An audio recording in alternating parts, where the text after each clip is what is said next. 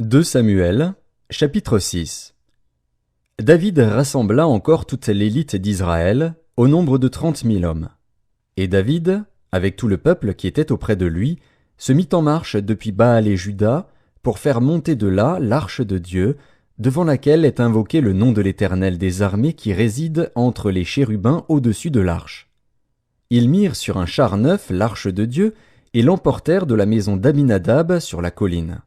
Uza et Ashjo, fils d'Abinadab, conduisaient le char neuf. Ils l'emportèrent donc de la maison d'Abinadab sur la colline. Uza marchait à côté de l'arche de Dieu, et Ashjo allait devant l'arche. David et toute la maison d'Israël jouaient devant l'Éternel de toutes sortes d'instruments de bois de cyprès, des harpes, des luths, des tambourins, des sistres et des cymbales. Lorsqu'ils furent arrivés à l'ère de Nakon, Uza étendit la main vers l'arche de Dieu et la saisit, parce que les bœufs la faisaient pencher.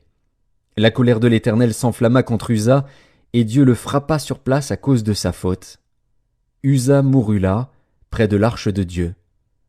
David fut irrité de ce que l'Éternel avait frappé Uza d'un tel châtiment, et ce lieu a été appelé jusqu'à ce jour Péretz Uza. David eut peur de l'Éternel en ce jour-là, et il dit: Comment l'arche de l'Éternel entrerait-elle chez moi? Il ne voulut pas retirer l'arche de l'Éternel chez lui dans la cité de David, et il la fit conduire dans la maison d'Obed-Édom de Gath.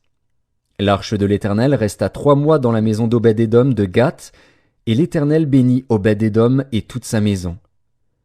On vint dire au roi David: L'Éternel a béni la maison d'Obed-Édom et tout ce qui est à lui à cause de l'arche de Dieu. Et David se mit en route, et il fit monter l'arche de Dieu depuis la maison d'Obed-Édom jusqu'à la cité de David, au milieu des réjouissances. Quand ceux qui portaient l'arche de l'Éternel eurent fait 6 pas, on sacrifia un bœuf et un veau gras. David dansait de toute sa force devant l'Éternel, et il était ceint d'un éphod de lin. David et toute la maison d'Israël firent monter l'arche de l'Éternel avec des cris de joie et au son des trompettes. Comme l'arche de l'Éternel entrait dans la cité de David, Michal, fille de Saül, regardait par la fenêtre, et, voyant le roi David sauter et danser devant l'Éternel, elle le méprisa dans son cœur. Après qu'on eut amené l'arche de l'Éternel, on la mit à sa place au milieu de la tente que David avait dressée pour elle.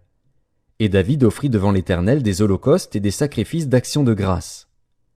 Quand David eut achevé d'offrir les holocaustes et les sacrifices d'action de grâce, il bénit le peuple au nom de l'Éternel des armées.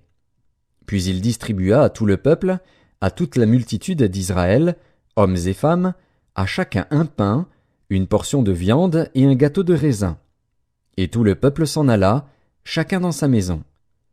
David s'en retourna pour bénir sa maison, et Michal, fille de Saül, sortit à sa rencontre. Elle dit: Quel honneur aujourd'hui pour le roi d'Israël de s'être découvert aux yeux des servantes de ses serviteurs, comme se découvrirait un homme de rien. David répondit à Michal: C'est devant l'Éternel, qui m'a choisi de préférence à ton père et à toute sa maison pour m'établir chef sur le peuple de l'Éternel, sur Israël, c'est devant l'Éternel que j'ai dansé. Je veux paraître encore plus vil que cela, et m'abaisser à mes propres yeux. Néanmoins je serai en honneur auprès des servantes dont tu parles. Or Michal, fille de Saül, n'eut point d'enfant jusqu'au jour de sa mort.